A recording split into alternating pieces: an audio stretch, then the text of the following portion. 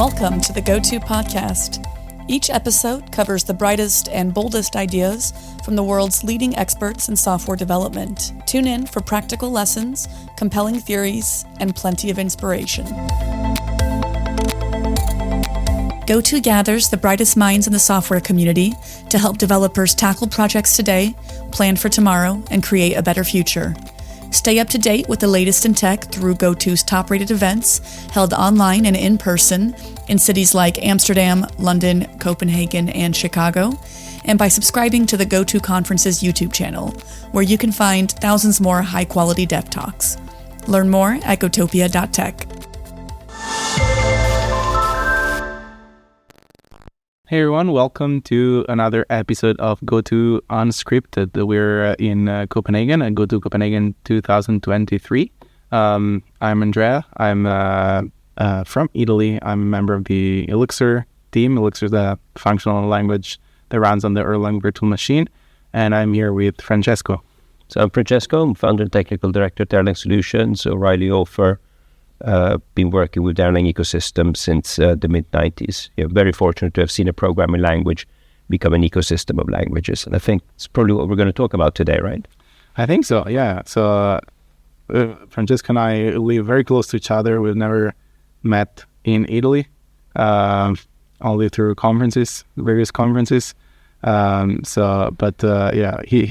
been involved with Erlang a lot longer than I have. I came into the Elixir generation. So how was it to see this ecosystem grow? Or like the small language, I guess. It was really interesting. I mean, the first language on the Beam came about. I discovered it had been written. It was called Rhea by Tony Arcieri, and I heard about it at OSCON, the open source conference in Portland in 2008. And so when we ran our first conference in America, we invited Tony to come in and present it. It was really, really interesting looking at how he'd taken a Ruby-like syntax and then applied it to Erlang, running on the Beam, which is the prevalent virtual machine on which we run everything today. And then from there, soon after, Lisp-flavored Erlang came about with Robert Verdig, FN by Mariano Guerra. And so there were a lot of Prolog, got ported. So there were a lot of languages which came about, but and some even being used in production.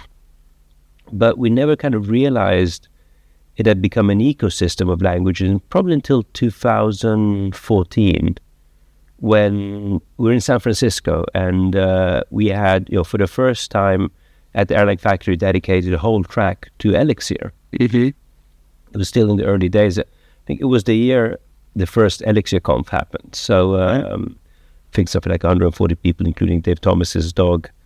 And I was walking with Garrett Smith, and we were discussing this new phenomenon called Elixir, and really excited about what was happening and how Elixir was opening up the door to whole new communities of programmers.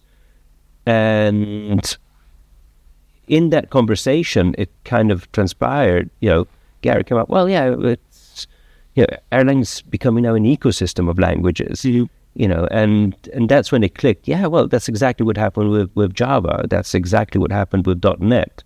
And the same was happening with Erlang. And it's been amazing to see, and then you look at it today, I think there are over 35 languages running on the Beam, which is really, really impressive. Not all obviously are used in production, many are experimental. But and it's interesting, I was speaking with Sam Aaron from Sonic Pi earlier, and he was talking about the differences between Java and Clojure being a lot more than the differences between, for example, Erlang and Elixir. And I think that's...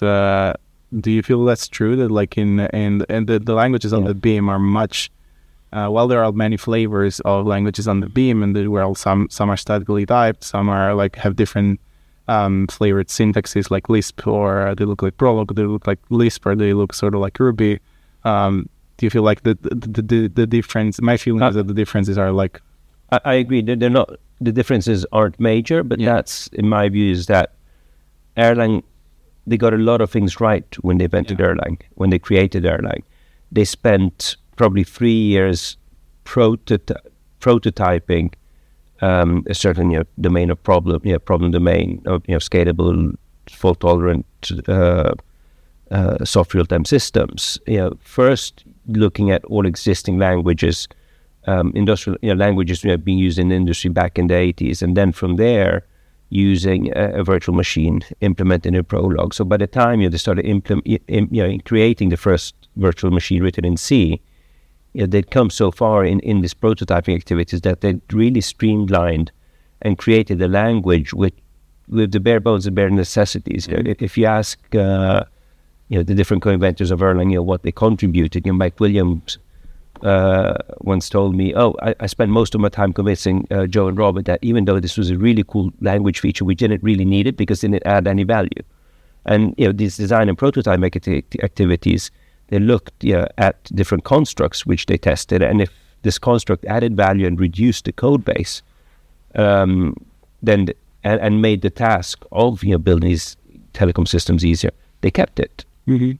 If it didn't, they removed it. And so as a result, I think Erlang became a very compact language, which was fit for purpose. Mm-hmm. And it's and so as a result, I think all of the languages written on top of the beam,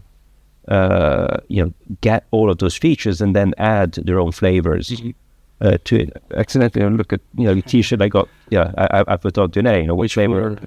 Of Erlang is your favorite? Then this is very small. I was wondering though. Do you think that these similarities between these languages are also due? At least that's also how I feel in part, but also due to the fact that Erlang is really hard to extend. Like it's not like the basic data structures in Erlang, for example, are very set. Like it's just those. And if you look at things like, for example, queues in Erlang, they're implemented as like on top of existing data structures, tuples and lists, right? Or if you look at structs in Elixir, they have to be implemented on top of maps. They're like something that compile time checked, but they have to be implemented on top of maps. Do you think that's... I mean, everything is possible, even with Erlang. But, when people go out, when language inventors go out and create a programming language, they're out to solve a particular problem. Mm-hmm. And I think, so the problems they're trying to solve dictates, the features which they need. I mean, if you look at macros, for example, they exist in Erlang, but they're made with, they're very well hidden and they're not accessible to everyone.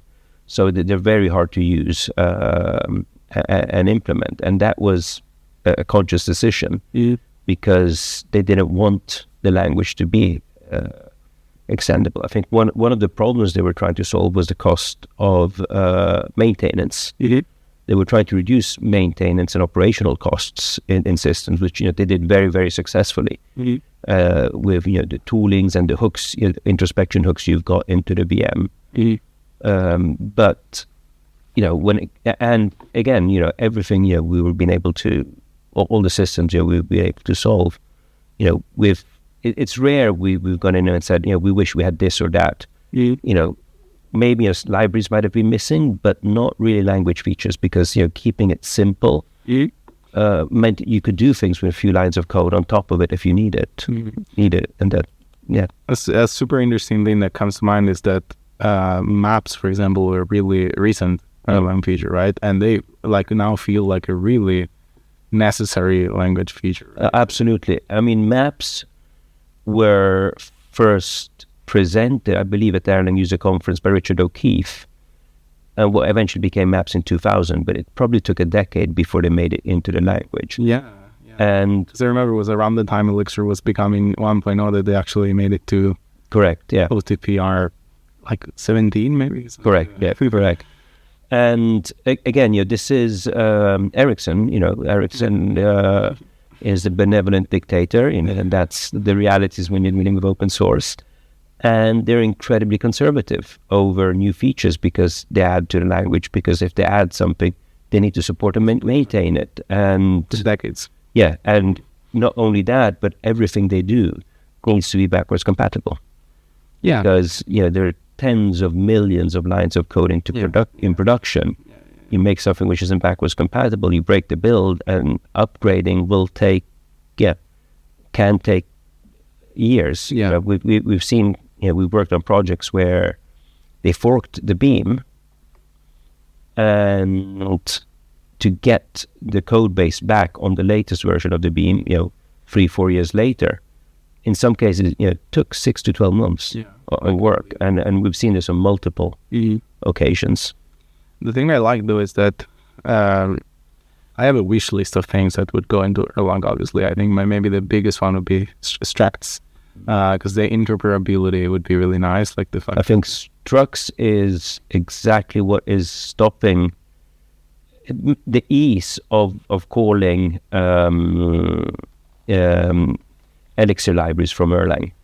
because you have to do some esoteric looking stuff to get them to work. Exactly, and it is one of the gating issues. So there are conversations ongoing, and one of them is possibly to add structs to the language for compatibility issues. I mean, going back to the very first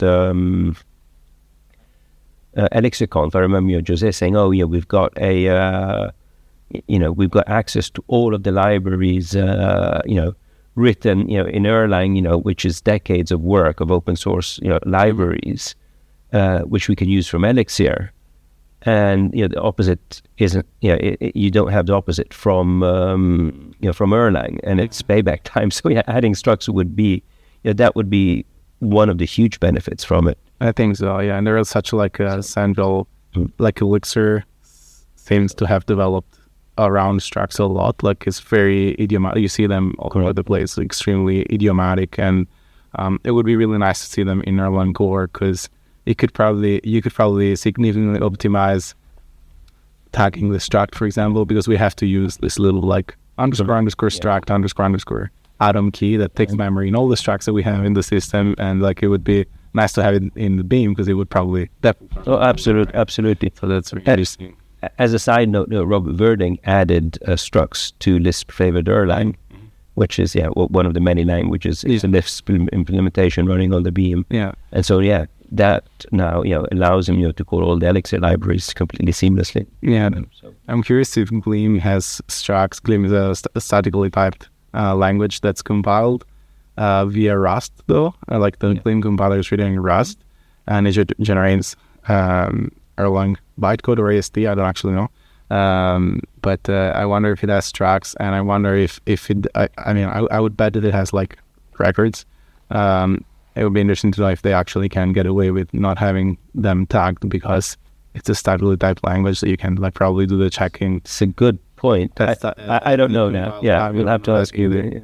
But one thing that I've noticed in Erlang that's very exciting is that I do feel like sometimes it can be hard to extend Erlang, the VM itself, which is probably for the best, right? Like it's a very intricate VM with like lots of it's a big VM, right? It's a very smart VM, like with the scheduling and the process and the garbage collection. It has lots of features, and so it would be hard, I think, to make it extensible in any significant way when you go and touch the depth of the VM. But recently, it's been like the releases of OTP have been really exciting. Like they've added a lot of stuff in the last 2 or 3 years. Like Just 8M was there, aliases were there, which are like incredibly awesome. The being able to call gen servers, I think this is OTP 25 or 26, like very recent, like being able to do asynchronous calls to gen server and like then check for the response later. All this stuff is like getting into core, and that's awesome, because it allows us to build a lot of these like lower level abstractions. That is correct, But I'm a big fan. If you look at an actual beam itself, it's, I think, the biggest challenges in extending and adding things to it is ensuring they don't disrupt the soft real-time properties of the scheduler, which is, I think, their biggest fear. And it's interesting that you mentioned this, because like one of the people that are familiar with the Beam and Elixir probably know and Erlang and Elixir probably know this, but one of the only shared the functional data structure, like pure functional data structure lives in shared memories is binaries, right? Like bigger binaries larger than 64 bytes. So they go into like a shared memory area so that you don't have to move them around processes, you just move references. And that's the only data structure that I know of that's completely shared across. Well, now they have atomics and counters, but ETS tables is another destructive operator. Right. Yeah. So yeah. So but ETS table is sort of like meant as a shared memory area, right? But it's treated as an impure. Yes, you can actually modify it. It's correct. Right? Yeah. And instead with binaries, it's not like that. You can't modify it like the binary. Yeah. And it's so interesting to me that even just binaries, which are very pragmatic to be in a like separate memory space after 64 bytes and all of that, they cause many problems because like it turns out that like a lot of memory leaks in Erlang applications are from parsers copying binaries all over, like taking big binaries and splitting fragmentation, and like exactly and like creating copies of these like smaller binaries, or having like memory leaks where you have a reference to a binary that you don't clear up, or the process doesn't die, or this or that, and then you have a memory leak because like the binary never gets garbage collected. And it's interesting because you really notice that like even one data structure that is built in still bubbles up to problems for users in some specific use cases, because like it's hard to do this. Like the Beam has wonderful properties of software timing, per process garbage collection, and all this stuff, but they're hard to intake. So but that's I think you've answered your own question. As to why I think Ericsson has to be very conservative in changes and addition. I mean, just the JIT compiler, which that was at least 3-4 years in the making. Extensive research, but when that came out, it allowed WhatsApp to use its server needs by around 30%. That was the head of WhatsApp went out and tweeted about it. Thanking Ericsson for it, and that's that in turn translates to huge energy save, of course, which is something we're seeing. It's interesting that Elixir itself is not it's now in a spot where we're not adding much to it either, right? Like I think arguably more stuff is coming up into Erlang in the past like couple of years, maybe, because Elixir has been Elixir's ecosystem is expanding incredibly, right? Like all the machine learning stuff is nuts, like the live view stuff is nuts, but this is the positive. Also, a good part of it is also the positive influence Elixir is having back on Erlang. Because people are realizing that a lot of things you actually have to solve them in Erlang. Like for example, aliases, counters, or atomics, all these new features that have been added. Persistent term, those are like fantastic features that have been added in just last couple or 2 or 3 years, I think, in Erlang, and you just cannot do them. Like something like persistent term, which is like this shared persistent storage that gets just copied to all processes, very, very fast to read, very painful to write. It's awesome, like for so many use cases, but you just can't do it in, like you have to do it at the VM level, right? You can't do it.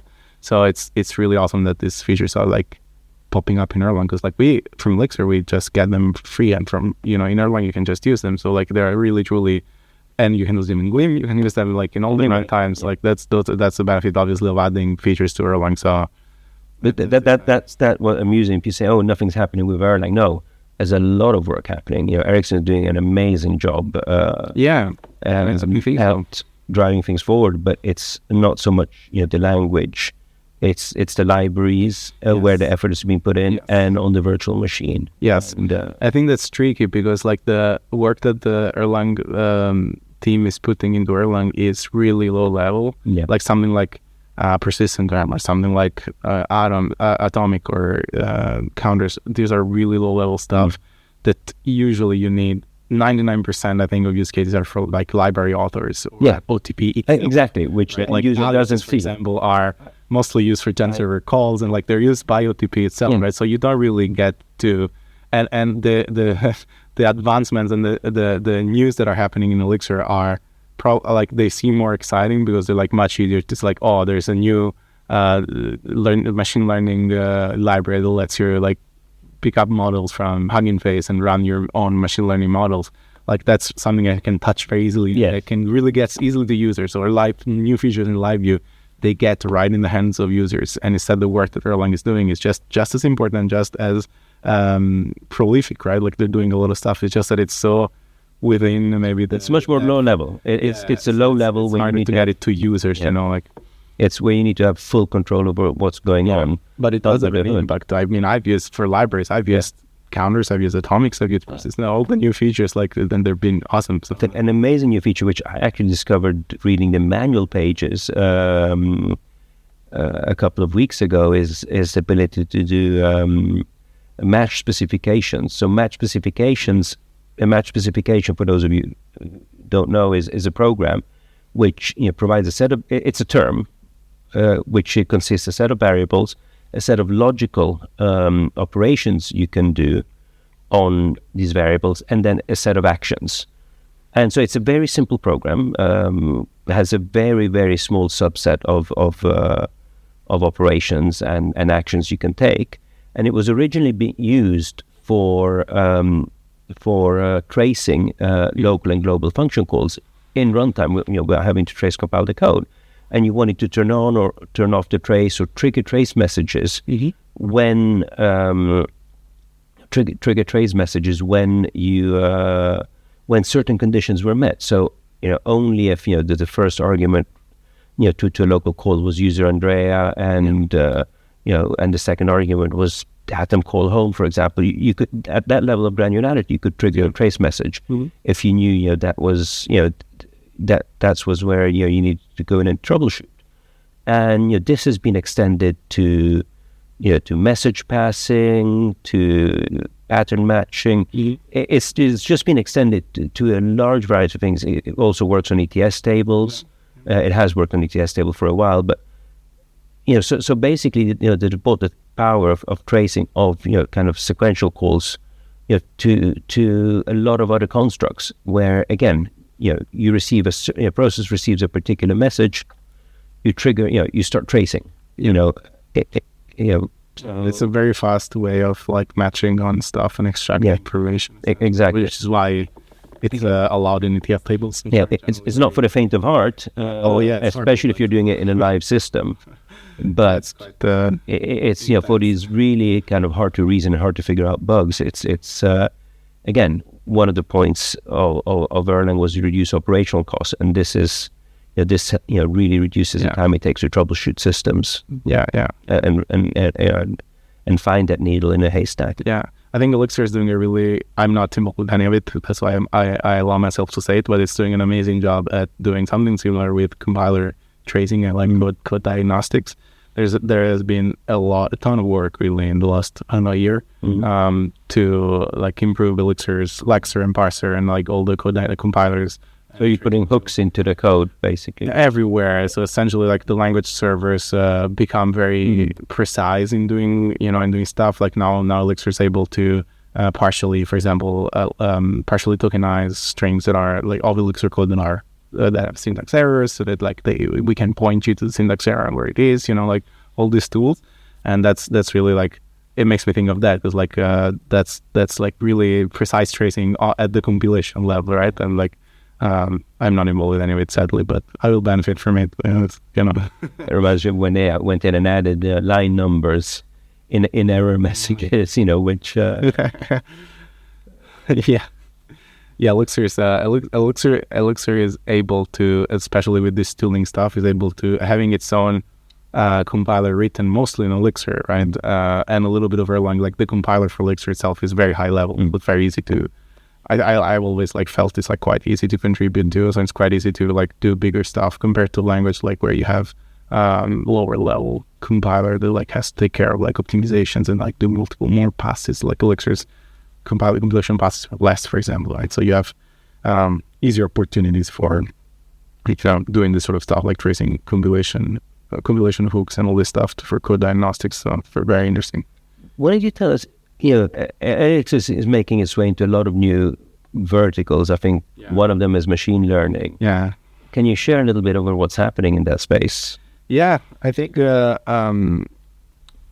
am not involved in that space at all. So, always a pinch of salt. But essentially, we have the Elixir, Sean Moriarty in particular has been leading all of this, but the Elixir community has been writing DSLs for Elixir that compile to this like GPU frameworks. Like I don't know any of them. Like I'll embarrass myself, but essentially you can do tensor operations, in Elixir now, and from that.